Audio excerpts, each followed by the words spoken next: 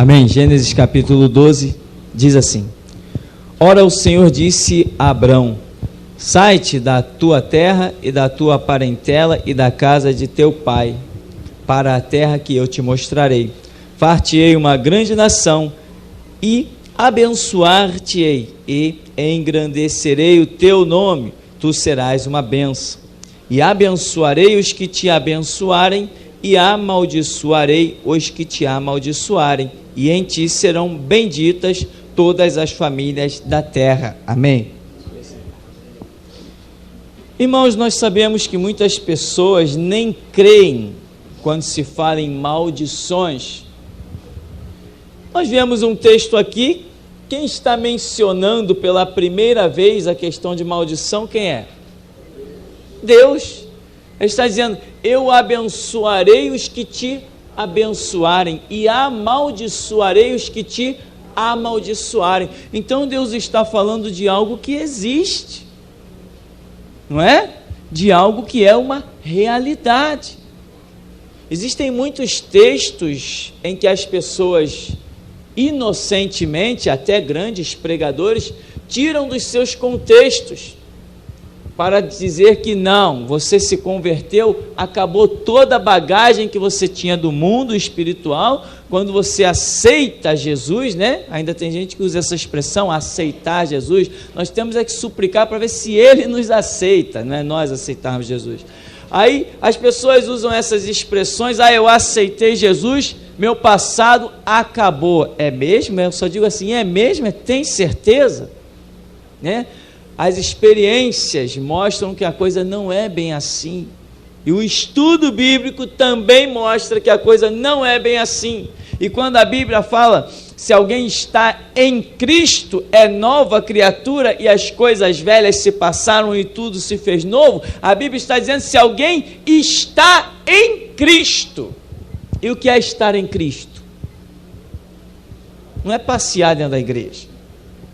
Não é ir para algumas igrejas como tem por aí, que são uns belos clubezinhos sociais, né? A pessoa vai para a igreja porque todo final de semana tem um passeio, de ano em ano tem uma excursão, e tem um retiro disso, um retiro daquilo. A igreja é mais um social. As pessoas não estão preocupadas em abalar a terra e transformar o mundo e alcançar almas para Cristo. Elas estão apenas preocupadas em se dar bem, levar a sua vidinha e ter um local para se divertir. E algumas igrejas por aí são um ótimo local de divertimento, né, irmão? Melhor do que parque de diversão. Então, quando a Bíblia diz assim, se alguém está em Cristo, o que Paulo está dizendo com essa expressão estar em Cristo? Nós só vamos descobrir examinando o texto de 2 Coríntios capítulo 5. Estamos vendo que a questão de Paulo, quando ele diz o estar em Cristo, para ele é muito sério. E eu resumiria as palavras de Paulo dizendo que o que ele quer dizer com o estar em Cristo, ele está querendo dizer viver e, se preciso for, morrer por Cristo. Aí sim, tudo se fez novo, né? As coisas velhas passaram e tudo se fez novo. Por quê? Porque a sua mente se fez nova. Você entendeu que essa vida não tem prazer, não tem sentido. O que Deus preparou para você não é neste mundo, é lá, quando os portais da eternidade se abrirem e você poder ouvir: vinde bendito de meu Pai, possuir por herança o reino que vos está proposto desde antes da fundação do mundo. Então, Deus está trazendo a expressão: Abraão, eu abençoarei os que te abençoarem e amaldiçoarei os que te amaldiçoarem. Dentro do contexto ainda de maldição, nós temos lá em Josué capítulo 6, 26, quando ele destrói a cidade de Jericó. Ele lança uma maldição sobre aquela cidade. E ele diz que o homem que fosse reconstruir aquela cidade, quando lançasse o fundamento da cidade, perderia o seu primogênito. E quando fosse terminar a cidade, que colocasse as portas, este mesmo homem perderia o seu filho mais novo. Você conhece o texto? Depois dá uma olhadinha, 6:26 de Josué. Lá em 1 Reis, capítulo 16, verso 34, nós vemos que um homem foi reconstruir Jericó. Quanto tempo tinha se passado? Irmão, já tinha se passado algumas centenas de anos. Já saímos dali, da entrada de Josué em Canaã, e já entramos no tempo dos reis. Dezenas de reinados já tinham se passado em Israel, quando vem a narrativa de um homem que foi reconstruir a cidade de Jericó. E a Bíblia diz que o homem, quando ele lançou o fundamento da cidade, faleceu seu filho primogênito. Quando ele terminou a cidade, que colocou as portas, morreu seu filho caçula. Aí a Escritura diz assim: conforme a palavra de Josué, servo do Senhor. Está aí o texto. Existe maldição? Existe. Aí algumas pessoas dizem assim: não, mas isso existe porque é um servo de Deus falando, né? Em primeira instância, a pessoa tem a sua razão de pensar assim. É um servo de Deus falando. Então, aconteceu, porque Deus estava na vida dele. Isso é uma pura realidade. Paulo diz assim: olha, não amaldiçoem ninguém, só bendigam. Jesus também vem e diz: não amaldiçoa, bendiga. Por que Jesus diz? Porque ele sabe que quando nós, com a unção que temos, abrimos a boca, a gente faz um estrago, meu irmão. Ele sabe disso, né? A Escritura está mostrando. Eliseu acabou de receber a capa de Elias, né? Chegou diante do rio. Onde está o Deus de Elias? Bateu assim, foi água do Rio Jordão para um lado, água para o outro, abriu um caminho e ele passou. As pessoas dizem: rapaz, Deus está na vida desse Eliseu aí. O espírito de Elias recaiu sobre ele. Aí quando Eliseu está subindo a sua colina para ir para a sua cabana, vem umas crianças atrás, né? A Bíblia diz uns meninos: sobe, calvo, sobe. Olha só, um homem que andava assim com Elias, que bate nas águas com uma capa, as águas se separam. Um homem que já tinha feito várias operações e todos viram que Deus estava na vida daquele homem. Alguns lá: sobe, calvo. Começaram a caçoar dele. O que ele fez? Virou para trás e amaldiçoou, amaldiçoou. Diz a Bíblia que 2 ursas saíram da floresta e devoraram quantos? 42 meninos. Isso também é profético, mas... Então, existe essa realidade, em que quando você dá uma palavra, essa palavra vai em busca do cumprimento. Aliás, a Escritura diz assim: a minha palavra não voltará para mim vazia, mas cumprirá o que lhe apraz. Irmão, não pensa que Deus pegou numa colher de pedreira para construir o planeta Terra. Não pensa que Deus veio aqui virar concreto ou montar uma siderúrgica. A Bíblia diz que Deus simplesmente ordenava e tudo se fazia, se cumpria. Aí alguém lá escreveu, né, lá no comecinho, dizendo que nós somos o que de Deus? Imagem e... Se a palavra de Deus tem poder, por que você vai dizer que a sua não tem? Se você é a imagem e semelhança de Deus. E essa imagem e semelhança, com toda e absoluta, convicta certeza, não é nesse corpo físico, nem nesses olhos bonitos que você tem. Não é nessa semelhança que você é de Deus, não. Não é mesmo. Que semelhança é essa? A semelhança é em outros campos, e eu diria que nas palavras que você menciona, você é semelhante a Deus. Os atributos morais que nós temos estudado, uma série de situações. Então você vê que com Josué nós vemos uma realidade. Maldição é uma realidade porque lá em Números capítulo 22, quando Israel sai do Egito, um homem chamado Balaque, não é isso? Baraque. Ele chamou um profeta chamado o quê? Balaão. Ele ofereceu um monte de coisa para esse homem. Mas ele falou: olha, eu vou te honrar. O que você quer? O homem era rico. Você pode pedir o que você quiser. Eu tenho bois, eu tenho camelos, eu tenho vacas, eu tenho propriedades, eu tenho tudo. Eu só quero que você olhe para aquele povo que saiu do Egito, que é um povo que domina a terra, e faça o quê? Só isso. Dá uma palavrinha de maldição contra isso. Só isso. Porque o que aquele homem entendia que uma palavra de maldição poderia causar no meio daquela nação inteira? Milhares de pessoas saíram do Egito e o homem que deu presentes para Balaão só para ele lançar uma palavra de maldição, mais nada, ele não queria mais nada, só uma palavra de maldição. É porque ele sabia que a maldição poderia se alojar e perpetuar o mal que ele desejava contra aquele povo. Senão ele não ia fazer nada disso. Ele já tinha alguma experiência, ele já tinha algum conhecimento. Lá em Provérbios, capítulo 26, no verso 2, vai dizer que como o pássaro no seu voo, como a andorinha no seu vaguear, assim a maldição sem causa não virá. Quem escreve isso? Salomão. Não quando ele está escrevendo Eclesiastes, que está caído, mas ele está escrevendo aqui quando ele está no auge, quando ele está com a sua sabedoria. Lembra a sabedoria de Salomão? Lembra? A sua sabedoria está, olha, uma beleza, uma maravilha, e ele escreve isso. Veja bem, se ele está dizendo que a maldição sem causa não virá, então significa que havendo uma causa, a maldição virá. Existem causas que levam as pessoas a ficarem debaixo de maldição? Existem causas terríveis, né?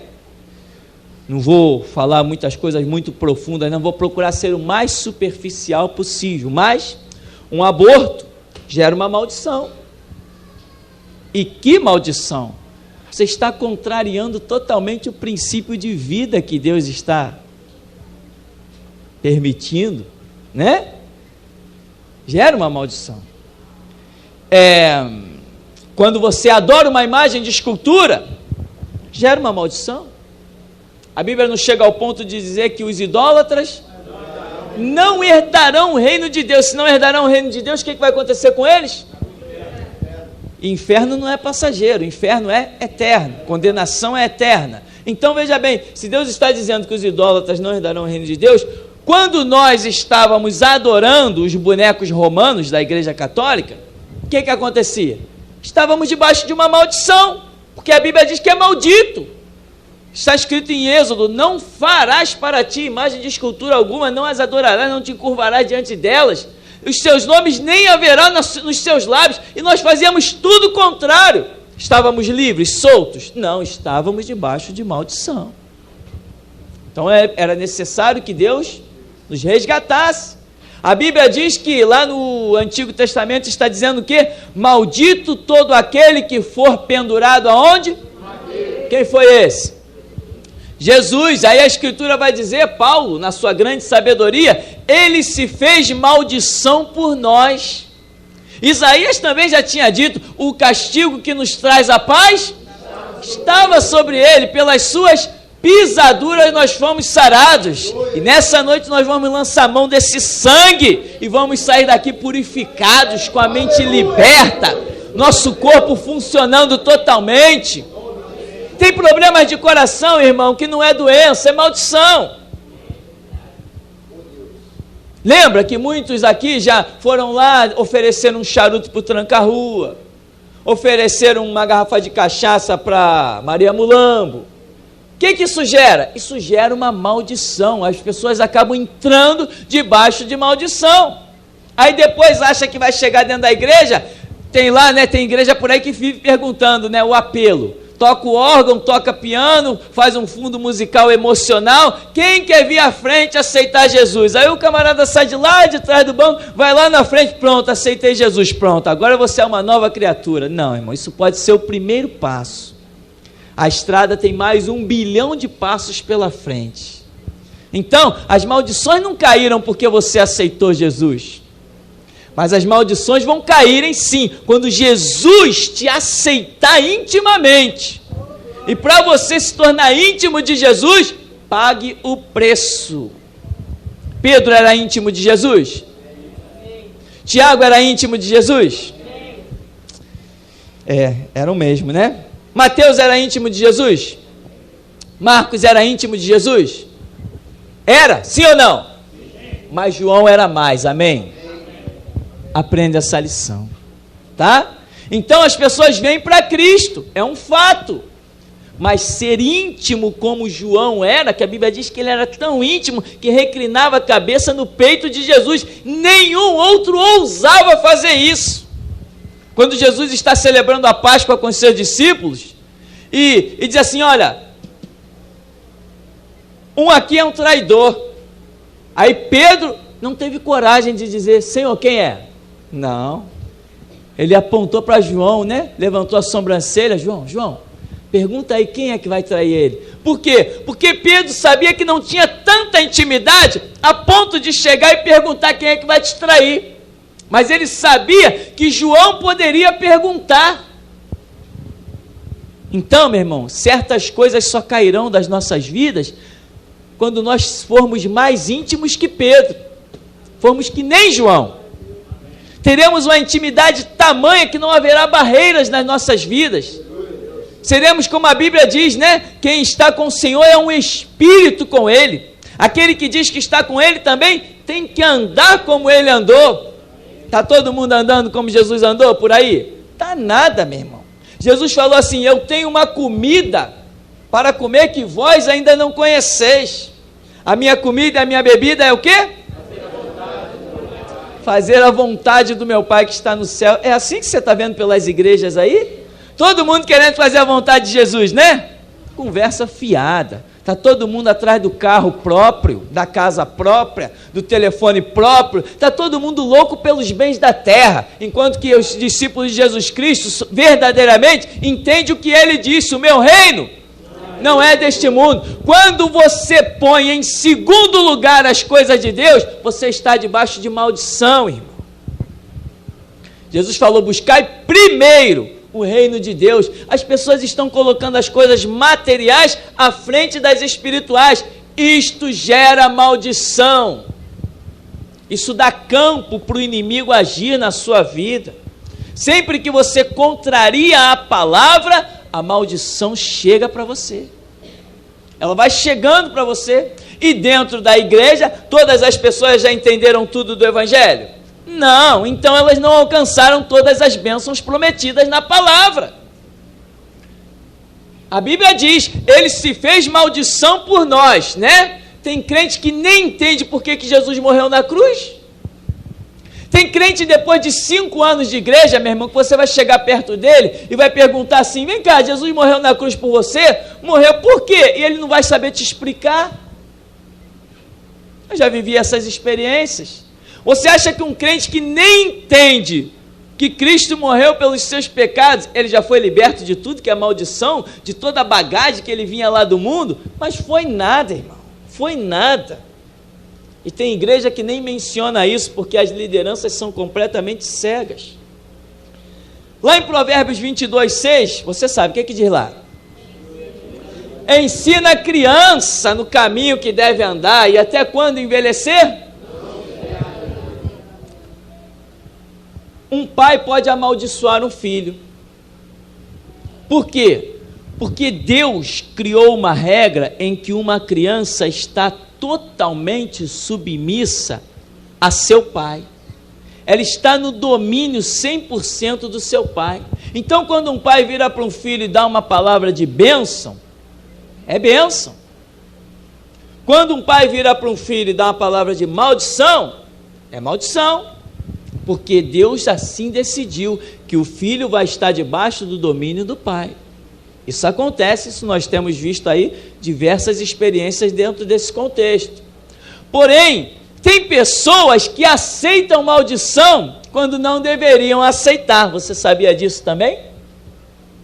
Por exemplo, uma pessoa que já não está mais debaixo do domínio, né, dos pais, e os pais proferem uma palavra de maldição. Se ela se calar e consentir, a maldição se aloja. Se ela se levantar contra, ela resiste à maldição, porque ela já é independente. Consegue entender isso? Tem gente que aceita. Tem gente que é amaldiçoada depois de grande. Ah, minha mãe falou, né? Eu não vou contrariar minha mãe. Normalmente é no contexto do casamento. Muitas experiências nós já tivemos dentro das igrejas de Deus quebrando maldições de pessoas dentro do seguinte contexto. Olha, Deus está quebrando uma maldição na sua vida, que a sua mãe disse que você não ia ser feliz no seu casamento. E quando a mãe disse isso para a pessoa já tinha 19, 20 anos. Só que ela ficou na dela. Para não contrariar a mãe, não discutiu, não levou uma palavra em contrário, não se colocou em contrário, aceitou. A maldição se aloja. Sabe por quê? Porque a Bíblia diz que aquele a quem você se submete, esse torna-se seu senhor. Quando você aceita, aquilo se cumpre. Quando você não aceita, aquilo não se cumpre. É por isso que a Escritura vai dizer, 1 Pedro 5,6, né? Humilhai-vos debaixo da potente mão de Deus. E a Escritura vai dizer também, parece Tiago 4, alguma coisa, que sujeitai-vos a Deus e resisti ao diabo e ele resistir. Você tem que demonstrar resistência, meu irmão. Se alguém te amaldiçoa na tua cara, se levanta contra. Dá uma palavra contrária, quebra aquela maldição. Se alguém te amaldiçoa pelas tuas costas, não há problema. Maior é o que está em ti do que o que está no mundo. Agora, tem coisas que você tem que fazer. Você não é um boneco, você não é um robô. Deus espera a tua reação também. Deus espera que o teu comportamento seja de acordo com o espírito que você diz servir. Aqui, Provérbios é uma lição tremenda. Não há tempo para nós vermos tantas coisas, nós queremos mais estar orando. O importante é alguns pontos principais e você entender que algumas coisas acontecem. Quer ver uma maldição terrível que muitas vezes está perpetuando-se dentro de igrejas evangélicas, porque as lideranças evangélicas são cegas, né? Não é à toa que muitas vezes nós somos comparados à ovelha. A ovelha enxerga mal demais. Mas tem pastor que não enxerga mal. Tem pastor que é muito cego, meu irmão. Ele é completamente cego, ele não enxerga mal. É necessário você quebrar a maldição da Igreja Católica sobre a sua vida. Muitos já foram batizados na Igreja Católica, foram entregues na mão de um padre homossexual, rodeado de imagem de escultura, cheio de demônio, e depois o camarada nunca se preocupou em quebrar essa maldição e agora está dentro da igreja achando que está tudo bem. Quantos foram batizados em espiritismo, entregue lá quando era criança? Quantos foram consagrados desde o ventre? Quantos na hora do parto? Quantas mulheres na hora do parto levaram para o parto trabalhos de macumba para botar dentro do quarto para o nascimento da criança? Crianças que já nascem debaixo de maldições, de influências malignas. Por quê? Porque ali existe uma situação contrária à palavra de Deus. São muitas coisas, irmãos. Imagina se fôssemos falar tudo aqui. Não existe tempo. Esse mundo é uma pura maldição. Esse mundo é uma pura maldição. E não esqueça uma coisa. Se você se submete a uma regra, cuidado, a que regra você está se submetendo. Às vezes você vai trabalhar numa empresa e o patrão diz assim, olha, aqui funciona assim. E você diz assim, aqui eu não posso ser crente, né? Em outras palavras, outras coisas. Aqui eu não posso isso, aqui eu não posso aquilo, aqui eu não posso aquilo outro. Porque aqui quem manda é o meu patrão. Cuidado, hein? Você não foi chamado para ser cordeirinho de homem ímpio, não. Você foi chamado como revolucionário, hein? Às vezes você tem que dizer assim, olha, o meu comportamento é esse, porque eu sou cristão. Se aqui eu não posso ter esse comportamento, esse lugar não é meu. Não foi Deus que me abriu essa porta. Por isso que eu sempre digo, ora, entra no teu quarto, fecha a tua porta, fala com teu Deus. Quando você se submete a uma regra, meu irmão, isso é um caso sério. Eu nunca durei muito nos meus empregos por aí não, eu sempre fui um camarada meio revolucionário, porque não adianta vir com regra para mim, a minha personalidade é uma, entendeu? Eu sirvo um Cristo único, então não adianta. Tome cuidado, tá? Tome cuidado. Tem empresa por aí que diz assim, olha, aqui dentro não pode falar de religião, não é isso? Você aceita essa regra? eu acho que você não deve aceitar essa regra, né? Ah, vão me mandar embora. Que mandem embora do emprego, mas que você não seja expulso do reino. Então, meu irmão, Cristo se fez maldição por nós, e ele diz em João 10 que ele veio para que tenhamos vida, e vida, mas você vai ter que se aproximar de Deus. Para ter essa vida, você tem que se aproximar de Deus, você tem que ser íntimo de Deus, né? E você vai ver muitas pessoas com doenças crônicas dentro da igreja, que nunca são curadas, dentro da igreja de um modo geral, né? Nunca são curadas, os mesmos problemas acontecendo sempre na vida das pessoas, uma série de fatores e situações, maldição que você, com conhecimento, você já identifica que é uma maldição.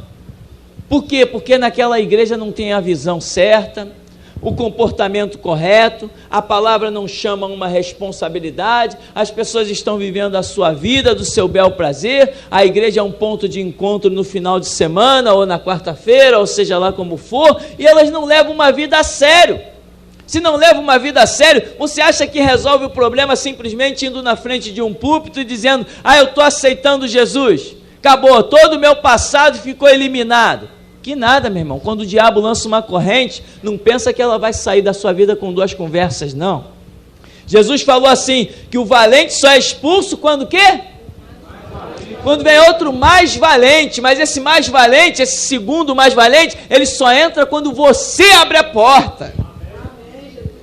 Ele diz, eis que estou à porta aí e bato. Bater, ele bate, né? Tem gente que é como uma grande mansão, só deixa Jesus entrar na cozinha, ou então só deixa Jesus entrar na varanda, só deixa Jesus entrar naquele quarto, mas sempre tem um quartinho fechado a 7 chaves, onde Jesus não pode entrar, e ali o diabo consegue sustentar toda a maldição na vida da pessoa. Nós temos que ser límpidos, claros, transparentes, deixar Deus agir por completo na nossa vida. Então, meu irmão, para nós já encerrarmos, o Senhor está dizendo para Abraão, abençoarei os que te abençoarem, e amaldiçoarei os que te amaldiçoarem.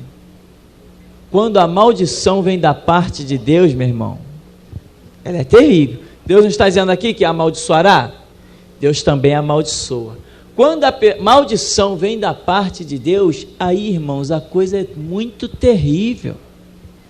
Sabe? Tem pessoas que vivem situações muito terríveis, que está debaixo de maldições, inclusive, como foi dito, maldições hereditárias, né? Por exemplo, a avó do camarada fez um aborto, aí o diabo entrou naquela linhagem, aí da avó o diabo passa para a filha, da filha passa para a neta, passa para a bisneta, passa para a tataraneta, vai passando, até que essa maldição seja quebrada. Ele achou uma porta lá atrás e vem fazendo as suas arruaças até o final dos tempos. Se ninguém expulsar ele dali, ele vai fazendo as suas artimanhas, o tempo todo. Isso é uma ação maligna, isso é uma ação maligna, mas quando a maldição é da parte de Deus, meu irmão, quem vai escapar? Uma coisa eu quero dizer para você agora. Havia uma maldição da parte de Deus através da vida de Josué, não havia? Foi lançada uma maldição.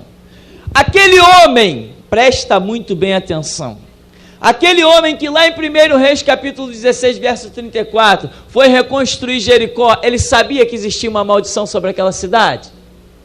Não sabia, mas ele pagou o preço, não pagou? Assim é a maldição. As pessoas pagam inocentemente. O que é a maldição? A maldição é uma ação que fica girando no mundo espiritual e vai atingindo. O homem não sabia que existia uma maldição. Quem sabe se ele soubesse, talvez pela história, todo mundo conhecia Josué, a história de Josué. Talvez se ele soubesse que existisse uma maldição, ele teria passado pelaquele lugar e dito assim, eu não quero nem papo com essa cidade, estou indo embora, eu não construo nada aqui. Mas ele não sabia, nem por isso ficou inocente. A maldição é algo que está no mundo espiritual, ela está vagando e vai de vez em quando atingindo um aqui, atingindo outro lá, e vai embora. É assim que acontece a maldição. E é por isso que eu digo, antes de você fazer qualquer coisa, ore. Se Deus disser, faça, vai e faz. Se Deus disser, não faça, não faz. Não faz, porque você pode estar indo exatamente num ponto onde vai ser abatido. Vão abater você. Então, irmão, para nós concluirmos definitivamente, Cristo se fez maldição por nós. Hoje você pode, com uma oração, se tornar a pessoa mais íntima de Jesus. Qual o prazer que você tem nesse mundo? Lembra que Paulo disse assim, o viver é Cristo e o morrer é? Para um homem falar uma frase dessa, ele se tornou muito íntimo de Deus, não tornou? Não, meu viver é Cristo. Se eu morrer com esse Cristo é lucro. Ninguém quer morrer. Ninguém pensa em morrer. As pessoas só pensam em viver, né? Quando inventarem o elixir da vida para viver 200, 300 anos, vai todo mundo tomar. Ninguém vai escapar, custe o preço que custar. Todo mundo vai querer. Paulo está dizendo assim, não, eu conheci algo muito maior. E ele diz assim, olha, da minha partida fosse agora. Mas porque tem pessoas que precisam ouvir o Evangelho, eu quero então continuar nessa terra para pregar o Evangelho. Mas para mim era melhor partir. Irmão, é porque ele foi muito íntimo de Deus. Então, toda aquela maldição que ele carregava, que inclusive ele foi assassino de cristão, tudo aquilo caiu por terra, porque ele se tornou íntimo de Jesus. Antes de nós orarmos nesta oportunidade, eu quero que você se torne íntimo de Jesus. Para quê? Para que o Espírito de Deus venha e não deixe nenhuma fagulha da maldição segurar na sua vida, que todas as algemas de Satanás caiam por terra. E tem maldição que entra na sua parte física, ela deturpa o seu problema genético. Aliás, Eliseu tinha um jovem chamado Geazi, né? Naamã foi lá, depois ele, não quero presente teu não, mas Geazi foi atrás e disse assim, eu quero presente aí. Aí Eliseu disse assim, olha, a lepra de Naamã se apegará a ti e a tua descendência para sempre. É isso que está escrito. Então ali se tornou uma maldição hereditária na vida daquele homem e todos os seus descendentes. E diz a Bíblia que ele já saiu da presença de Eliseu, o quê? Leproso. Talvez tenha gente até hoje aí com lepra, meu irmão, descendente de Geazi. Mas você realmente quer estar em Cristo e ser uma nova criatura? Amém. Então vamos crer que o sangue de Jesus Cristo nos purifica de todo pecado e nos apresenta alvos perante o Todo-Poderoso.